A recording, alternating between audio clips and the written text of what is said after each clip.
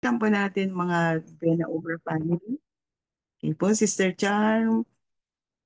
Charmina Oy. Yan, si Christian Bongon. Ready na siya. Si Pastor Dave. Good evening, Pastor Dave. Hallelujah. At mga taga-JCM Calao. Good evening po.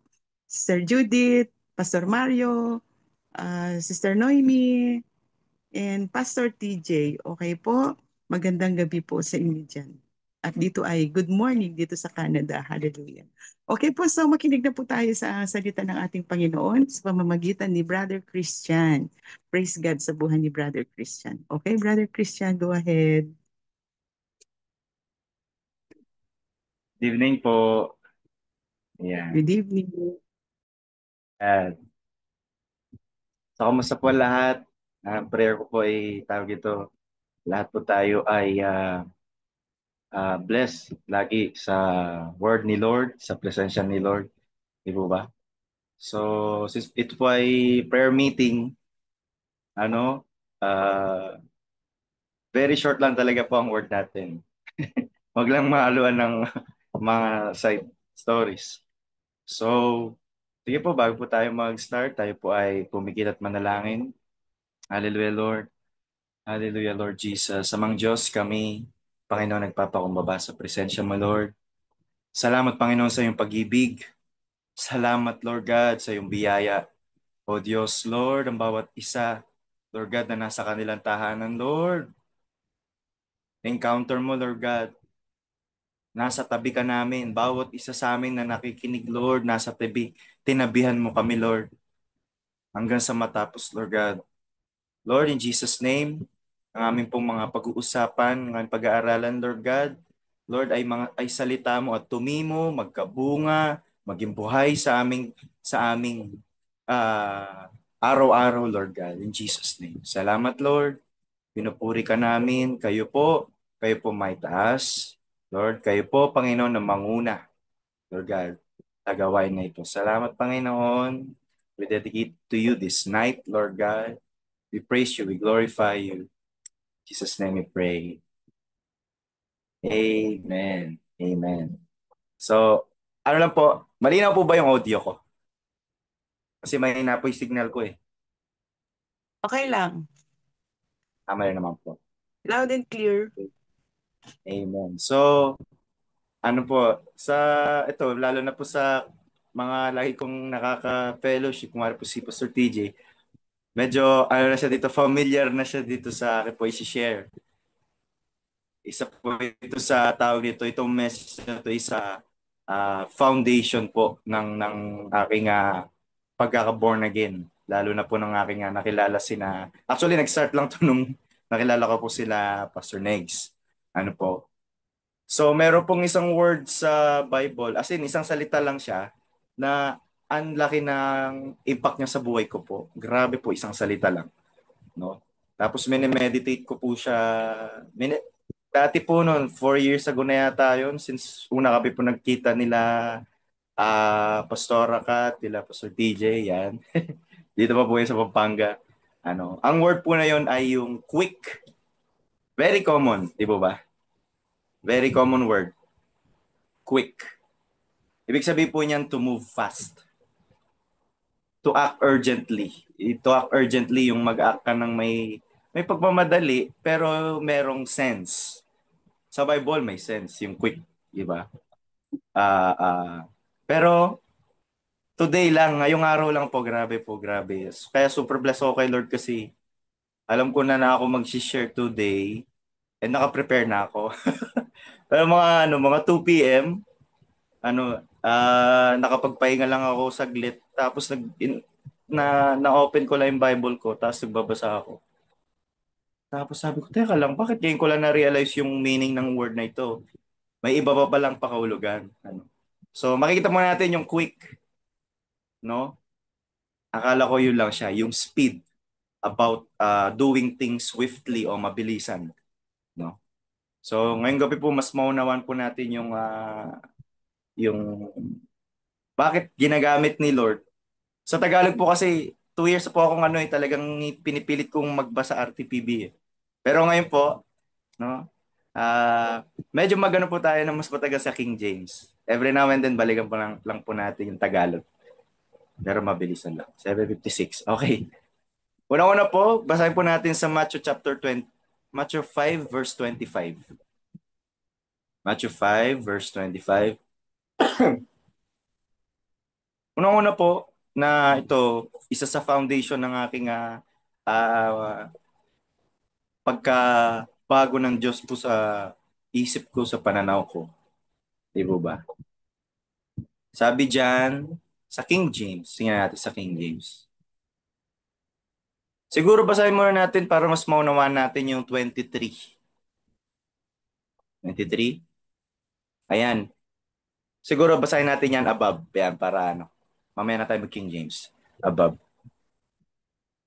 Kaya't kung mag-aandog kayo ng iyong kaloob sa dambana, at doon ay naalala mo ng iyong kapatid ay merong anumang laban sa iyo, 24, iwan mo roon sa harap ng dambana ang kaloob mo at tumayo ka. Makipagsundo ka muna sa iyong kapatid at saka ka magbalik at magandog ng iyong kaloob. First time ko po nabasa yan, super, super, super, di ko matanggap yan. No? Kasi paano ko tawag dito magagawa yan yung taong kinasasama ng loob ko, never ko pa nakita since birth. Ano? So verse 25 po tayo, sabi diyan, makipagkasundo ka agad sa nagsakdal sa iyo. Sige po, ayun natin yan. I-King James natin. King James sabi, agree with your adversary quickly. Yan. So, naalala niyo po kanina yung word natin is quick. Quickly. Ang sabi po ng Bible, grabe po no? Ang hirap. Tawag dito, agad. Makipag-ayos ka agad. It takes a strong heart, a humble heart para kausapin mo yung kapatid mo. And ngayon na kanina binasa ko ito mga 1 p.m. Sabi ko kay Lord, Amen Lord, tama. Salamat Lord sa salita mo na kahit nabasa mo na, kahit na napag-aralan o kahit na na-realize mo na noon, marirealize mo pa rin na kailangan mo ma-realize pa rin ngayon. Di ba? So ano pa yung mga na-realize ko? 3 bagay. Sabi diyan, agree with your adversary quickly. Tawag dito, agad. Huwag mo na patagalin. Unang-una na-realize ko, do not delay reconciliation. Maybe may mga times na mahirap o hindi kaya agad, di makapag-usap. Pero as much as possible, huwag natin i-delay. Kasi nasa Word of God po, quickly. Di ba? Pero binabasa ko to, amen. Di ba? Nakaramdam ako ng konting gulis eh. Kasi minsan, di ba, bakit ba tayo hindi makikipag-ayos agad? Kasi we feel like tama tayo. Di ba? No? At minsan, pati tawag dito, yung dapat mong gawin, hindi mo na nagagawa kasi nga you feel something wrong sa heart mo. Kaya gusto ni Lord quickly because He doesn't want you to feel this heaviness in your heart much longer o ilang araw pa. Una ko po na-realize, do not delay reconciliation. So kung sino man yan, habang naiisip mo, habang nagsasalita ako, naiisip mo ngayon, kailangan mong mag-reconcile sa kanya, maybe a simple message or voice message lang kung ayaw sumagot sa'yo. Alam mo, sorry talaga. Sorry talaga. Kung galit ka pa rin sa akin. Gusto ko, mas mahalaga sa akin kaysa sa tama. Pa? Di ba? You sincere. Pangalawa po na-realize ko sa verse na ito, yung tawag nito, yung puso na talagang minamahal ang Diyos, tawag nito, it humbles very fast. Ano? It humbles itself very fast. Ang bilis. Pagpakumbaba, ang bilis. Pagpatawad. Di ba? Well, meron din akong karanasan yan. Ay, wala naman po yung nanay ko dito kasi ayaw na ayaw na nanay ko. Binabanggit ko yung biological father ko. No, 27 na ako. Last year. Doon pa lang kami nakapagkita. And I could say time really heals. Pero, all by the grace of God, before pa kami nagkita ng tatay ko, napatawad ko na siya. So para sa akin, God heals faster. If time heals, God heals faster. 8 years ago, nung naging born again Christian ako, I'm already prepared makita yung tatay ko. Gusto ko sabihin sa kanya, love na love ka ni Lord. Pinatawad kita kasi pinatawad na din ako ni Lord eh. And sure enough, last year, December, nasabi ko po sa kanya yun. Ang higpit ng yakap niya. Kulang na lang, halikan yung sapatos ko eh. Sorry, sorry talaga siya eh. Sabi ko, okay na yun, Dad. Diba? Let's skip the drama. Sabi ko. Tapos, tuwa-tuwa siya. So, anyway, ang na-realize ko, ang puso na talagang minamahal ng Diyos, mabilis magpakumbaba, mabilis mag-sorry. Pangalawa po yan. Pangatlo, di ba, si Lord, ina-urge niya tayo. Ano ibig sabihin yung kinakausap tayo ni Lord na isettle natin yung mga matters. First, without pride. Pangalawa, without delay. Parang same lang sa pangalawa, di ba po? So, unang-una without pride. Second, without delay. Kasi ito pong verse na ito, it talks about offering, di ba? Iwan mo muna ang iyong handog, di ba? Sabi po diyan sa kanina sa above. Iwan mo muna ang iyong handog bago ka mag-alay, sabi, at makipag-kaayos ka sa iyong kapatid. Tapos, bumalik ka tsaka magandog. So, ito, bakit natin ayusin yung matter natin with our brothers and sisters? Hindi lang para makita na mabuti tayo o para ipakita na maayos yung pagiging Christian life natin o pagiging maayos yung pagpapalaki sa atin ng magulang natin. Hindi. Tungkol ito sa paghahandog natin, no? O kahit sabi mo, 12 a.m. na, 3 a.m. maabot ka madaling araw o umigising ka ng umaga, tutusin, love you, Lord. I love you, Lord. Nako po, mga kapatid, if we do not settle matters na kaya naman natin po ayusin, sabi po ni Lord, para lang tayong, wala lang, sound lang, pero hindi siya umabot sa trono ng Diyos. No? So, ang una pong point natin is, quick, using the word quick, quick to make amends. Sa Tagalog, mabilis makipag-ayos. Mabilis. Diba? Kasi po bakit? Tomorrow is not guaranteed. May pangako ang Diyos sa atin bukas. Pero walang garantisado, walang garantiya na bukas buhay pa tayo. Kaya sinasabi ni Lord sa Hebrews, di ba? Kahit di po natin puntahan, sinasabi ni Lord, Hebrews,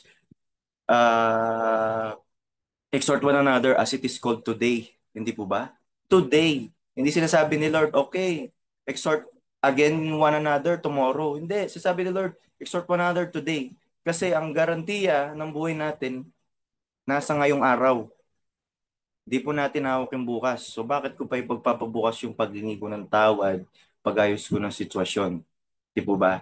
Magte-testify po ako bakit po yan ang unang-unang point ko. Kasi po, dito po sa amin, sa bahay namin, maraming issue, marami rin problema. And I praise the Lord dahil ginagamit yun ni Lord para lagi kami magpatawaran. Lagi kami. Alam mo po, meron na rin kaming, apat lang kami. Ako, mama ko, si papa ko, si Danny. Meron na rin po kaming hindi namin pinagplanuhan, wala, hindi namin pinag-usapan. Out of nowhere, nasa sasakyan kami. Minsan, nandito kami sa bahay, nagpe-pray kami ng intense. Never kong na-imagine yung buhay ko na makakasama ko yung papa ko. Yung stepfather ko, senior na. Nakagano siya, nagpe-pray siya. Nakagano talaga. So, kasi mumulat po ako eh. Titignan ko kasi syempre, ihahawakan. Di ba pag-pray yung tao, hawakan mo siya. So, praise God. Di ba? So, ayun. Quick to make amends. Kung nahihirapan kang gawin yan sa loob ng bahay mo, mahihirapan ka rin gawin yan sa church. Amen.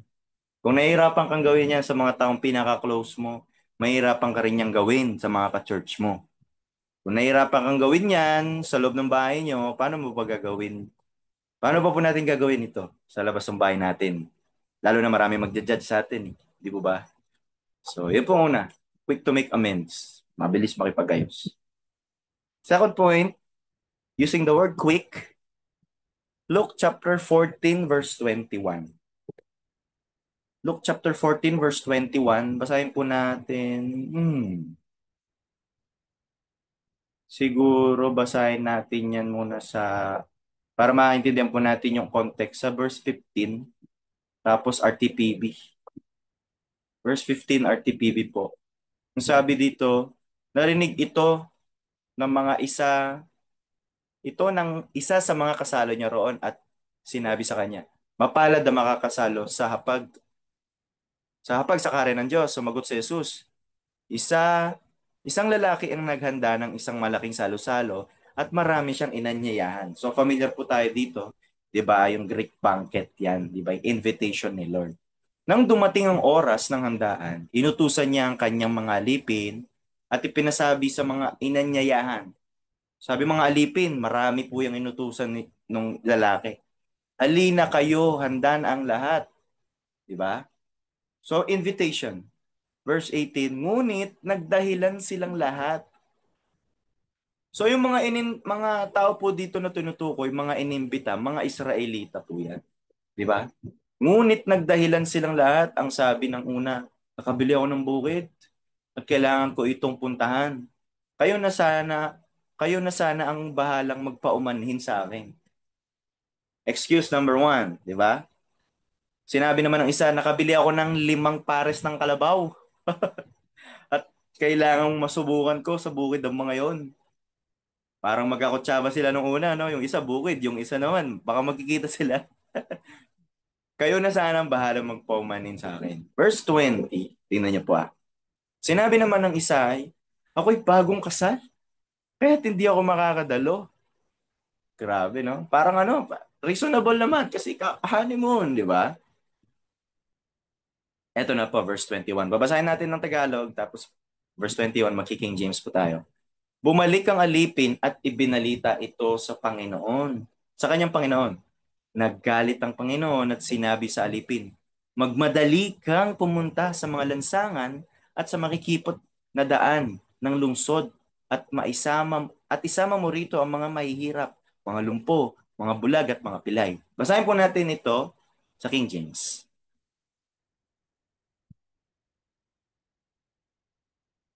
Sabi po dyan. So ang word natin po for tonight is quickly. Di ba? 21, ito na yung utos ng Diyos. Nung master pala. After na sinabi niya na, Lord, ayaw nila, di ba? May mga gagawin daw sila. Sabi, so that servant came and showed his Lord these things. Sinabi niya, itong these things, di ba? Then the master of the house, being angry, said to his servant, go out quickly into the streets and lanes of the city and bring in hither the poor and the maimed and the halt and the blind. Sa Tagalog, madali punta ka sa mga daan, sa kalye, invite mo yung mga mahihirap. Tingnan niyo po mga kapatid ah. Itong verse 21, may word dyan na quickly. Go quickly into the streets. Magmadali. So yung kwento po dito, ini-invite ni Lord. 'Di ba? Yung mga tao. Pero meron siyang command sa servant na kailangan wag ka papetik-petiks. Gusto ko gawin mo na mabilis kasi nga magi-start na eh. Magi-start na. 'Di ba? Yung pagsasalo. Gawin mo agad tong gusto kong gawin. Tignan niyo po ha, ganito po tayo dapat. Alam mo kayo habang binabasa ko to, di ko alam, never pa akong naiyak sa verse na to. Pero I felt something in my heart na porke ba magaan ang buhay natin? Porke ba medyo nakakagaan-gaan o tayo, medyo petics tayo? Ako, medyo complacent ako na hindi ako masyado munang ganito, ganyan, di ba? Umaga ako sa sarili ko, inaasas ko yung sarili ko. Di po ba? Sabi, go out quickly into the streets. Punta ka sa daan. Tawagin mo sila, ipakilala mo sa kanila, sabihin mo, handa na. Di ba? Ito pong maganda. Ganito po tayo dapat. Verse 22. And the servant said, Lord, it is done as thou hast commanded.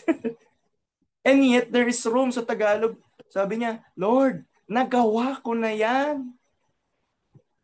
Ang galing, no? Tingnan niyo po kung tayo pala mga lingkod ng Diyos, tingnan niyo po, simple lang yung command sa kanya. Invite mo yung mga tao. Pero itong servant na to, excellent servant siya. Bago pa iutos ng servant niya, nagawa niya na. Grabe. Sabi ko, ilang taon na akong Christian, ngayon ko lang na-realize to. Na itong servant na ito, very obedient, no? Sabi, Panginoon, sabi, grabe. Nag-breakthrough ako dito kanina sa sasakyan ako, initag po yung magulang ko eh. Nagawa ko na pong iniutos ninyo. Ngunit marami pang bakanting upuan. Even before pabanggitin ng master itong verse 21, nagawa niya na. Imagine, dati walang kotse, baka nakakarwahe siya, baka nakakabayo siya, di natin alam. Pero kung naglalakad lang siya, imagine. Para sa akin, kilalang kilala niya yung master niya. To the point, bago pa, alam niya hindi magagalit si master kahit i-invite niya yung mga poor, yung mga bulag, di ba? Yung mga may sakit. Gaano po natin kakilala ang Diyos na pag may sinabi ang Diyos sa atin, flow na lang yung iba pa, tuloy-tuloy, smooth. Di ba ba? Simple lang yung instruction ni Lord. Pero itong servant na to, ganun niya kakilala. Ako I believe yung message, yung talinghaga na ito ng Panginoong Hesus na kinuwento niya talagang malaman. Talagang pinurpose niya na sasabihin ng servant na, Lord, nagawa ko na yan, pero kahit ginawa ko na, kulang pa rin. Hindi pa rin mapuno yung hindi pa rin mapuno yung tawag nito, yung bahay. Ganun po, di ba? So, tawag nito, narealize ko po dyan kanina, um, quick to obey. Diba? Kanina, quick to make amends. Alam na ito ni Pastor TJ kasi tawag dito. Hindi ko alam, ba't naalala niya pa to? Years ago na to eh. Pero nung binanggit niya sa akin kanina, last Sunday, bago sila umalis, ako naman, kanina ko lang naalala. Tapos nung binasa ko ulit yung mga quick list na tinuro sa akin ni Lord, nag-iba pa. Praise God. So, tatlo ulit na realize ko dyan sa quick to obey, si Lord gusto niya yung time natin, it is not wasted. Di ba? Di nasasayang sa kami dito ng magulang ko. Asensya na po kayo. Ganun po ba talaga? Minsan may mga disagreements, di ba? Kasi nga, kasi nga, syempre may gusto silang gawin. Ako naman, ano ba, will ba ni Lord yan? Pag-pray muna natin. So pag tayo nagtagpo ng ganun, sila kasi practicality. Ako naman, advice, di ba? Pero eventually, magiging okay din. Ang point ko, nasasayang yung oras namin minsan pag di kami pag di kayo magpansinan. So kakatok na lang ako, ma. Sorry na, ma. Sasabihin niya. Eh kasi, di ba? Oh, sorry ka, tama ako. Oh, sorry na. Alam mo yung kasi, sige, para di masayang oras natin. Dito po na-realize ko sa passage na ito, God doesn't want our time to be wasted. He wants us to go out quickly. Diba? With our families, with our church mates, with our ministry, volunteers, kaya kasama ng mga nag-evangelism. Pero paano ka lalabas? Diba? If you are so slow to obey. You are so slow to obey. At tapos, masyado tayo nababox na, Lord, ito lang kasi sinabi mo sa akin eh. Pero dito ako na set free sa passage na to. Ang sinabi lang ng master sa servant, invite mo yung mga in-invite ko lang. Pagbalik niya, di ba? Lord, busy po sila lahat. Tapos nagalit yung master. Sige, invite mo na rin yung mga pulubi, pati yung mga dyan sa lansangan. Lord, nagawa ko na rin po yan. Imagine, hindi na kailangan sabihin sa kanya yung kailangan niya gawin. Natural. Is obedience sa atin po. Bukod sa quick to obey tayo, is obedience instant or natural pala, 'di ba? So, ayun, at the same time, yung kaligtasan, yung kaligtasan ng ibang tao, it may depend on our response. Di ba? So, yun yung pangalawa. Na quick to make amends, quick to obey. Pangatlo, tawag ito, first time ko ma-receive ito today, no? First time talaga. Basahin po natin sa Psalms chapter 119 verse 40. Quick Psalms 119 verse 40. Alam niyo po, ang word na quick, di po ba? Quick, yan yung mabilis. Mabilis.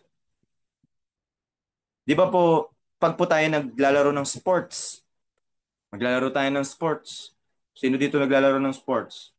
Ah, yung talagang adrenaline rush, yung enjoy na enjoy ka, tapos pulang-pula ka na, sobrang bilis ng tibok ng puso mo. Di ba? Ang tawag po sa term na yon sa English is quicken. Quicken. As in yung alive na alive ka. Excited na excited ka. It means you are quickened. Diba? So kanina, ah quick to make amends, quick to obey. Ito naman, quicken. Hindi po chicken. Ako medyo gutom na rin ako. Quicken. It means, basahin natin yan, behold, I have longed after your precepts. Sabi ni David, Lord, ano tawag dito, nauuhaw ako sa iyong salita, sa iyong wisdom, sa iyong pangungusap. Sabi niya, quicken me in thy righteousness. Tignan po natin yan sa, ay, RTPB pala, sorry. Ano yung quicken me in your righteousness? Kapagkat ikaw ay matuwid kaya't ako'y pagpalain. Ikaw ba sa above? Malayo siya. Above. Ba, malayo yung above. No? Ay, yeah. Ayun. Ako'y nasasabik sa iyong mga panuntunan. Bigyan mo ako ng buhay sa iyong katwiran. Sabi niya, quicken me in your righteousness. Buhayin mo ako sa iyong katwiran. Ibig po sabihin, di ba? Ito pangatlong point natin, quicken. Quick.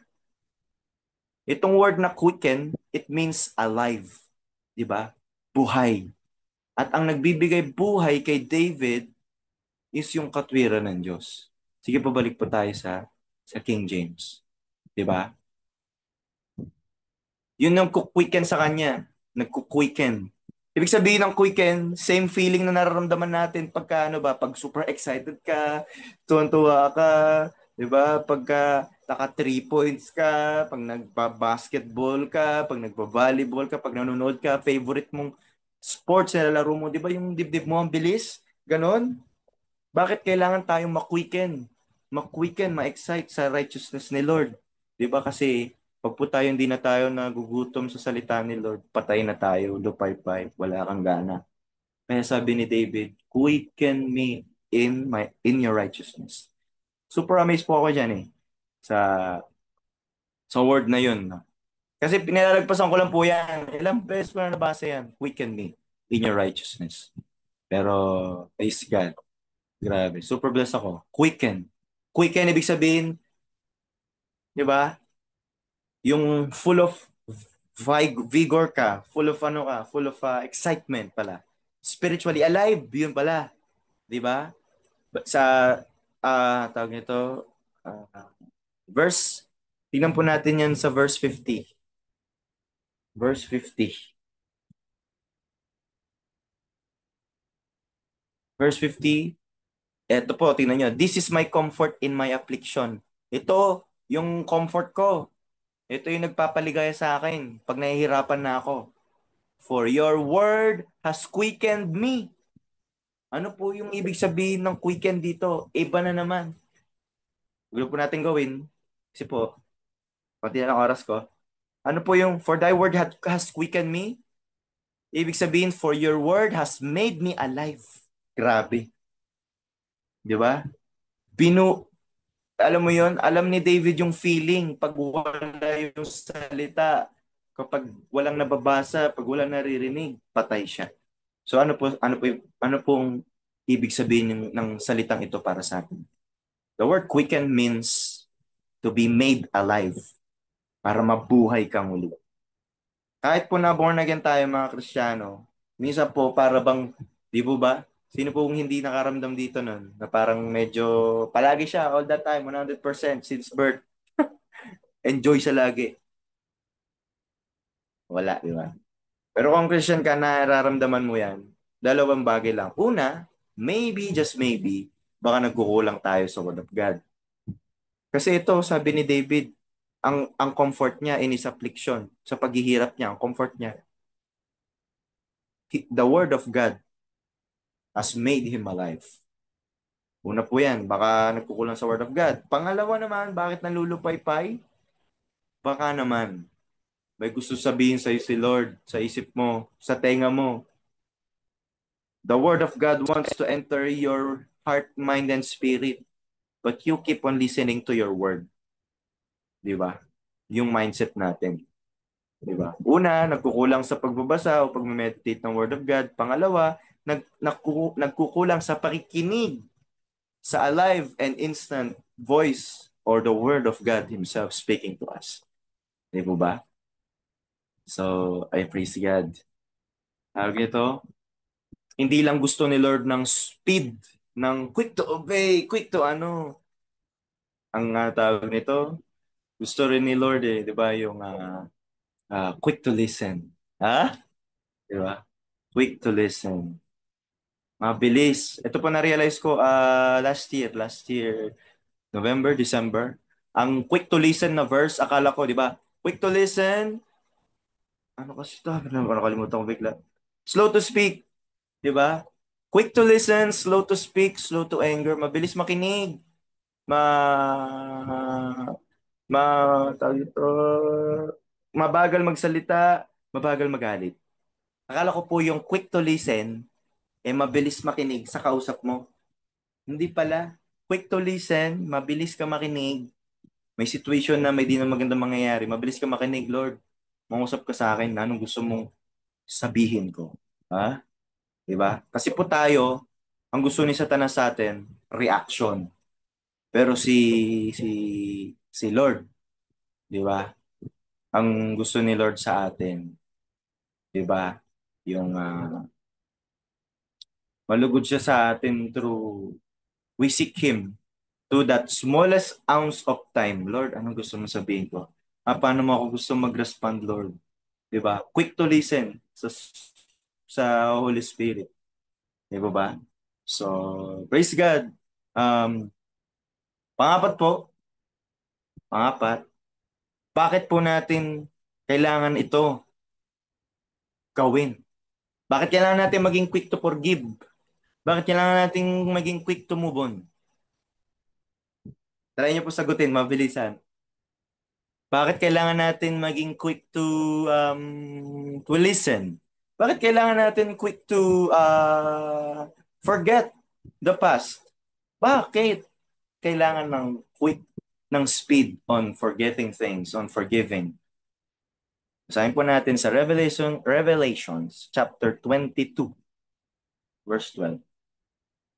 Ito po yung importance ng lahat. Marami pa pong Bible verses about kung ano yung mga gusto ng Diyos na gawin natin na mabilis. Pero ito po yung dahilan bakit po kailangan natin to act quickly. Sabi po diyan, behold, I come quickly. Darating na si Lord. Grabe po. Hindi ko ma-contain kanina, kailangan nagbe-breakthrough ako pero hindi ako pwedeng umiyak kung magulgul sa kotse namin kasi anytime sooner papasok na yung magulang ko sa sasakyan. Pero super super amazed ako kay Lord. Ah, prepared ako sa word ko pero nung nagbasa ako ulit, random lang. Prepared na ako pero random lang nagbasa ako kasi pampalipas oras ano. Pagdating ko sa pang-apat na point, bakit puro quickly nababasa? Ito pala ang dahilan. Ba't kailangan natin maging quick to be well, quick to be on fire again, quick to be in the heart of worship again. Kasi God says, behold, I am coming quickly. And my reward is with me. Alam niyo po, pag bumalik ang Diyos, kasama na agad yung reward. To give every man according to his work shall be. To give every man according as his work shall be. Di mo ba? So lahat po na ito, yan, praise God. Tayo po yung church natin, di ba? Praise the Lord sa prayer meeting. Di ba? Talagang hindi napalalagpas, hindi na-absent. Hindi na puputol ang prayer meeting. Tapos meron pa pong, di ba po, may Siapaga pa po. Praise God. Praise God na our church is growing into ano yun, yung being quick to intercede. Ayan, di ba?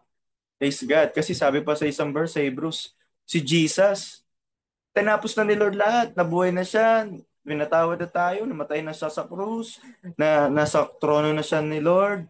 And yet, pagdating sa heaven, sabi sa Hebrews, He ever liveth to intercede. Nabubuhay siya magpawalang hanggan upang manalangin, upang mamagitan pa rin para sa atin.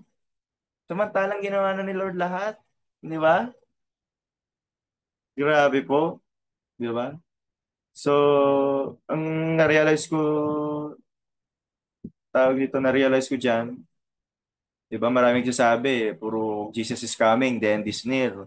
Kaya pala sinasabi ni Lord sa isang verse, na ang Diyos ay hindi mabagal sa pagtupad sa kanyang mga pangako.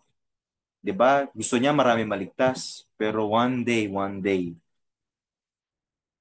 in the twinkling of an eye, nandyan na. Di ba? Lahat po tayo makakasama dyan. Amen. Amen. So, Jesus is coming quickly. And I pray, ako po, ito talaga ang yung prayer ko talaga habang nagdadrive ako, Lord, na let my actions, di ba? Let my actions, Lord, ano sabi ko kanina? Lord, yung yung actions ko, yung pamumuhay ko, yung reflect the urgency of your return. Alam niyo po yun? Minsan tayo, guilty ako dito kasi matagal na ako nag-share sa labas. May times na hindi ako okay, pero once nag-share na ako, okay na ako. Kasi nga, nirefresh din ako ni Lord eh. Na-bless din ako sa mga tao. Di ba? Praise God sa grace ni Lord. Pero sabi ko, Lord, ayoko na ng ganun. Di ba? Kaya, ako lang ang nakakaalam. Noon, dati pa na mga pagkakataon na nag-share ako na hindi ako okay. At no choice ako kundi mag-share. Di ba? Gito. Naalala ko yung kanina ko sabi ko, Lord, let my actions reflect the urgency of your return. Grabe po, grabe po. Habang nag-drive ako, di ba? Sooner or later, ihinto ako. Matatapos yung pagdadrive ko, ganun din yung buhay ko, Lord. Ganun din, ganun din yung mundong ito. Gaya ng pagtigil ng pag-ikot ng gulong ng sakyan namin. Iba na nare-realize ko eh. Itigil din sa pag-ikot ng mundo na to at darating kami sa uling namin. Alam mo yun, yun lang, Lord, may my actions talagang tumanim at makita yung urgency of your return. And matagpuan po tayo, di po ba, na tapat. So, last verse na po. And parang bawat points super amazed ako eh. Talagang basahin po natin sa Genesis chapter 18, verse 6. Yan. Ay, wait lang po pala, sorry. Pabalik po pala dun sa verse kanina. Ayan, sabi po, di ba? Yung verse 12, ito po yung binasa natin. Tignan niyo po yung verse 13. I am Alpha and Omega, the beginning and the end, the first and the last. Tignan niyo po mga kapatid. Ayan, sige, sige. Basahin ngayon, sabi first and the last. Tignan niyo po Basahin natin yung first time na minention yung word na quick sa Bible. Basahin po natin yan, Genesis chapter 18 verse 6. Lapit na pa ako matapos. Praise God. Genesis chapter 18 verse 6. Pinapatunayan talaga dito, He is the first and the last. So, real quick lang po, itong verse na ito, this is the first time na unang-una binanggit yung word na quick. Pangalawa, ito yung unang beses, sige po, basahin natin yung verse 1. Na-encounter ni Abraham si Lord face to face sa ilalim ng puno. And the Lord appeared unto him in plains of Mamre. Di ba? Nagpakita kay Abraham. And he sat in the tent, in the heat. So, verse 6, inutusan po si Abraham. Pagkatapos niyan, may nag-usap sila. Verse 6, ay sige po, verse 5 muna po. Sorry po. Yan. Yung instruction pa rin po, di ba? And I will fetch a morsel of bread and comfort ye your hearts. After that, you shall pass on. For therefore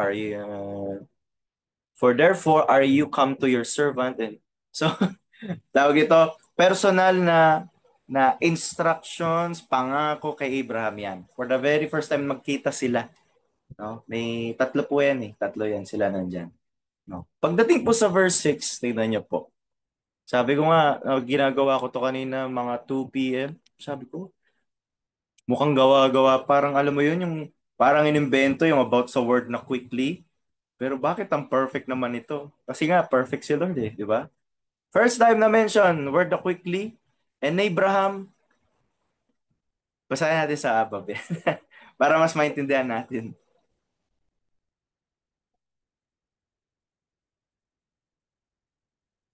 Si Abraham ay nagmadali. Yan na, yun na yung quickly.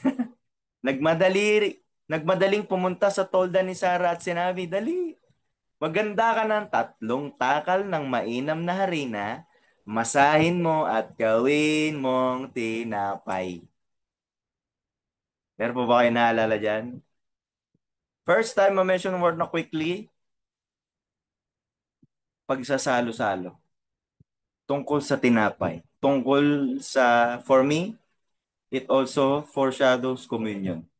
Kaya po tayo ay magko-communion na rin uh, tawag dito, in a little moment. Pero tignan niyo po first time ever na binanggit yung word ng quickly, tungkol sa pagsalo-salo, tungkol sa tawag nito, encounter ni Abraham kay Lord. Nakita niyo po, may excitement kapag ka na-encounter mo si Lord. May saya, may enthusiasm na tawag nito. May narealize pa ako dito, mabilis lang po eh. Mabilis lang po. Nung na-encounter niya si Lord, hindi niya sinabi muna sa asawa niya. Minsan tayo, pag may na-receive tayong encounter, panaginip, ano ba? Ano ba? May narinig tayong boses, di ba? Either, kunwari, may asawa ko, kwento ko sa asawa ko, kwento ko sa nanay ko, sa kapatid ko na born again na din. Hindi. Si Abraham, obedience muna bago testimony. Obedience muna bago kwento. Di ba? Ano ko po yan? Realization ko po yan. Habang nagbabasa kanina. Ayun no, inutusan niya agad yung ano, yung utos agad eh. Dali, ganda ka, bisa mo. 'Di ba? Gumawa sila ng tinapay. Tapos po kumain sila. Praise God. So tayo din po, habang pong tawag ito, kung naka-prepare na po ang inyong communion, 'di ba po? Tayo rin po ganun, 'di ba? Ah, basahin po natin sa last chapter, Revelations chapter 22.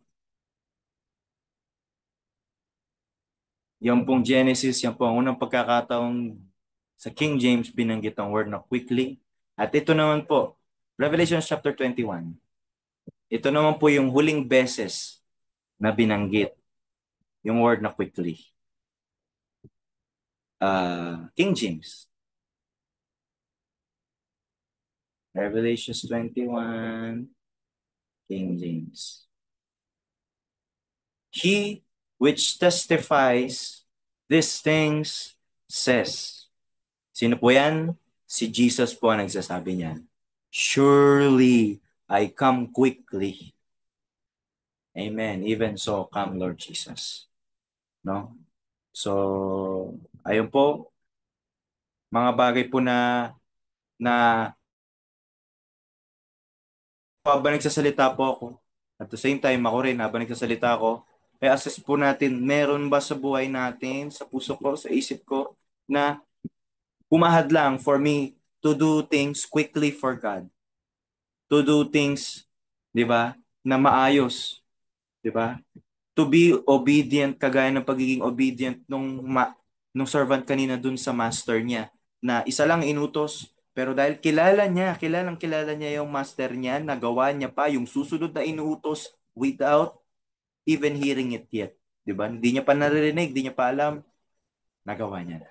Nagawa ko na po yan, Lord. Amen. Kasi po, tignan niyo po, ito po last verse natin. Surely, pag po si Jesus sinabi niya, mangyayari. Surely, I come quickly. Amen. Ito po maganda. Marami pong kakalat sa future pa na nakakatakot. Darating ng Diyos. Yung para bang pag naririnig mo sila, di po ba? Mafe-feel mo talaga yung fear na kasi may namit ako talagang on fire talaga mga kaibigan ko pa na hell talaga ang pinipreach. Talagang maawa ka kasi talagang nape-persecute sila, di ba? Tapos sila din ramdam din nila yung takot kasi nga minsan talagang may mga tropa ako lalipad ang bato, lalipad ang mineral water. Minsan sobrang inis, 10 piso, 5 piso. Tapos sabihin nila, hindi nila alam kung abuloy ba to o nainis lang. Kaso sakto dito eh, di ba? Dito sa malapit sa sentido, sakit. Tapos sabi ko, okay lang yan, at pagpalain ka ni Lord, lalo na pag nasa langit na tayo. Ngayon po, tignan niyo po. Sabi diyan, darating na ako, surely I will come quickly. Meron pong pangako si Lord sa atin. Verse 21, the grace of our Lord Jesus Christ be with you all. Amen. Tignan niyo po may ina-anticipate po tayo na pagdating ng Diyos, na pagdating ni Lord Jesus dito sa earth. Pero binibigyan niya tayo ng assurance na yung pagdating niya na yon, ngayon pa lang kasama mo na ako. Huh? Sige po, last verse na lang. Matthew last chapter. Favorite verse ko po ito eh. Matthew last chapter,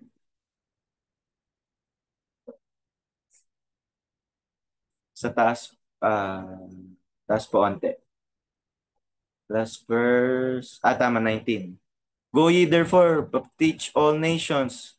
Ito yung actions so gusto ni Lord magawa natin. Magturo sa bawat nation, magbaptize in the name of the Father, Son, Holy Spirit. Pangalawa, teaching them to observe all things whatsoever I have commanded you. Do you know? Habang ginagawa mo lahat ng to, I am with you. I am with you always, even unto the end of the world. Amen. Same context dun sa Revelation chapter 21. Di ba? Gusto ni Lord, we do things quickly, we forgive quickly, sapagkat hindi garantisado ang bukas. Hindi rin garantisado pagtulog mo, baka paggising, marami gumigising, patay na, wala na. Di ba? Kaharap na nilaga ng Diyos. Hindi garantisadong buhay. So do it now. Do it quickly. Deal with your heart quickly, kapatid. No, ako po, I am speaking to you not as a perfect person, pero as the word wants to speak to us na deal with our hearts quickly. Tayo po ang kawawa pag po hindi natin na-deal yung mga kailangan po natin sa puso natin. Si Lord lang nakakakita nito. Kahit na may mga tao hindi pa nakikipag-ayos pero ayos na puso nila. May mga tao naman nakipag-ayos na pero hindi pa rin ayos yung puso nila. So kailangan po natin quickly deal our hearts properly, di ba? Mostly, yung pinaka-importante po yung salvation. No? So, ayun lang po. Praise God. Katulad po ng sinabi kanina sa Genesis kanina, sa chapter 18, di ba? Pinagmadali ni Abraham si Sarah na kumuha. Sabi niya, kuha ka, dali, ng harina, ng tubig, tsaka ganito. Tapos gumawa silang tinapay. So, kayo po, hindi ko na po kayo pagmamadaliin. Ako po ay mananalangin. Hallelujah, Lord. Salamat, Panginoon, sa salita mo, Lord God. Lord, pinupuri ka namin, pinasasalamatan ka namin, Lord. Lord, tulungan niyo po kami, Lord God, to live this life, Lord God, that reflects the urgency of your return, Lord. Help us, Lord. Our life, Lord God, is nothing, Lord God, but vapor. Today we shine. Today, later we bloom. Tomorrow, Lord God, we fade away, Lord God. So, Lord, help us, Lord. Help us, Lord God, gaya ng salita mo, Lord God, to help us realize, Lord, the quickness of our lives. Hindi worth it, Lord. Hindi worth it, Lord. Na yung buhay po namin, Panginoon, masayang sapagkat ipinagpabukas namin yung kailangan namin i-deal. So, Father, help us, Lord. Help us, Lord. Give us wisdom, give us knowledge, give us opportunities to make amends. In Jesus' name. We love you, Lord. Lord, we don't want to depart in your presence, Lord, in the last day. In Jesus' name, help us, God. Help us, Lord. Lord, nagpapakumbaba kami, Lord God. We lay every title, every position at your feet, Lord. You're the King of Kings. You're the Lord of Lords. You are our Savior. You are God. You are, Lord God, the love of our hearts, the lover of our soul, Lord. So, Father, I pray, touch us, Lord. Before we partake this communion, Lord God, sabi mo, Panginoon, sa salita mo, Lord, na we do this in memory of you hanggang sa bumalik ka. So, Lord, we are excited for your return, Lord. At the same time, we are fearful, Lord God. Lord God, we are fearful, Lord God, ng mga tao namin, ng mga taong kasama namin, Lord, ay may iwanan. So in Jesus' name, help us to shine. Help us in Jesus' name. Na itong isang bagay na nakakatakot isipin na maiwan ng aming pamilya, kasama, kaibigan, kaklase ko, church. Help us, Lord, in Jesus' name. Help us, Lord God, na maging liwanag, realization. Thank you, Father. Lord, as we partake of your body, sinisimbolo ng inumin na ito, in Jesus' name.